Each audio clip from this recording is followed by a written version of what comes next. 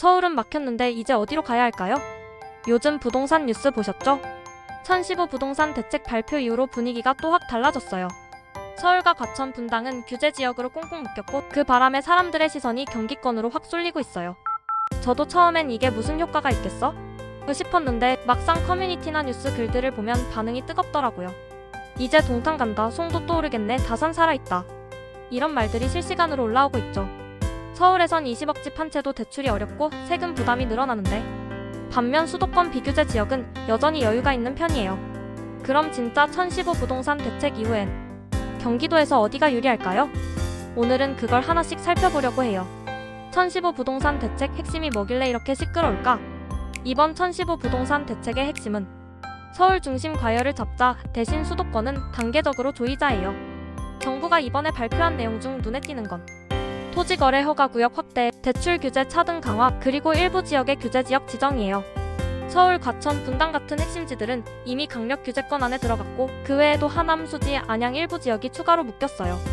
이 말은 곧 이 지역들은 투자 수요가 제한된다는 뜻이에요.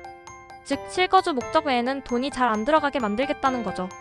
그런데 시장은 늘 역으로 반응해요. 한쪽이 막히면 다른 쪽이 열리니까요. 그게 바로 풍선 효과예요. 경기도 풍선 효과 예상 지역 TOPO 1. 동탄 교통 신축 학군 3박자 지역. 요즘 커뮤니티에서 동탄이 1015 대책 최대 수혜지다라는 말이 많아요. 이유는 명확해요. 동탄은 규제를 일부 피했고 GTX-A 개통이 다가오고 있거든요.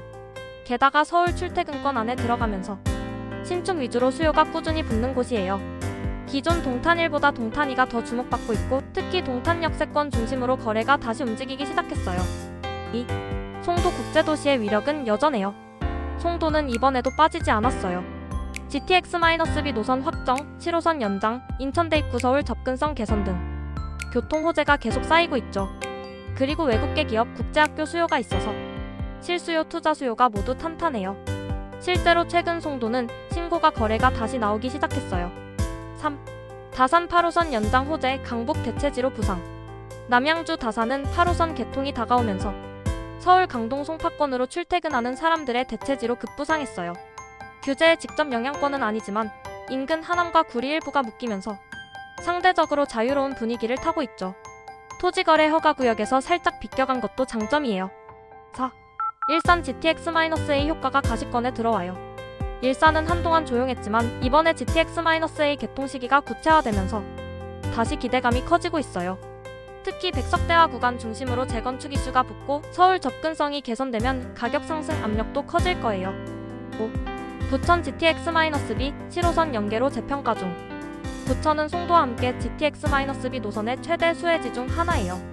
서울보다 저렴하고 교통이 좋아지니 직장인 실수요자들이 눈을 돌리고 있죠. 부천 종합운동장, 중동, 상동 일대는 벌써부터 거래 문의가 늘고 있다고 해요. 토어제 지역보다 비규제가 낮다. 이번 1015 부동산 대책 이후 하남이나 수지, 안양은 좋은 지역인데 규제 걸려서 오히려 투자 어렵다. 토지거래 허가구역으로 지정되면 실수요만 가능해서 매매가 오르기 힘들다. 결국 비규제 지역으로 자금이 몰릴 거다. 이런 의견들이 압도적이에요. 즉 하남, 수지, 안양은 기본적으로 좋은 지역이지만 지금 시점에서는 투자 유입이 막혀 있어서 단기적으로 불리하다는 거예요. 반대로 동탄, 송도, 다산처럼 규제에서 살짝 벗어난 지역은 자연스럽게 풍선 효과를 받을 가능성이 높아요. 이게 지금 시장의 공통된 해석이에요. 정책의 숨은 의도 똘똘한 한 채 강화. 정부의 의도는 명확해요. 집은 한 채만 갖고 살라. 지방이나 수도권 외곽에 여러 채를 사서 투자하는 다주택자를 아예 막아버리는 게 이번 1015 부동산 대책의 큰 흐름이에요. 이 정책의 부작용은 뭐냐면 결국 자금이 서울 핵심지 한 채로 집중된다는 거예요. 똘똘한 한 채가 더 강해지는 구조죠. 그래서 지금 시장에서는 이럴 거면 그냥 좋은 지역 한 채 사서 버티자는 심리가 강해요. 결국 정부의 의도가 오히려 똘똘한 한 채를 강화하는 방향으로 작용하는 셈이죠.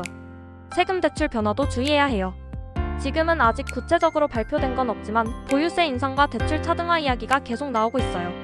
예를 들어 20억 이상 집 한 채도 문제의식이 있다는 정부 관계자의 발언이 벌써 기사로 나왔어요. 이건 앞으로 고가 1주택자까지 과세 강화가 가능하다는 신호예요. 그래서 서울 고가 아파트 보유자들 입장에선 세금 리스크가 커지고 상대적으로 중저가 주택이 있는 수도권으로 자금이 이동할 가능성이 높아요. 결국 균형 잡힌 시각이 필요해요. 결국 이번 1015 부동산 대책은 서울 중심의 과열을 잡으려는 정책이지만 그 여파로 수도권 내에서도 온도차가 생겼어요. 하남, 수지, 안양처럼 규제 지역은 장기적으로 보면 안정적일 수 있지만 단기적으로는 투자 흐름이 끊길 수 있어요.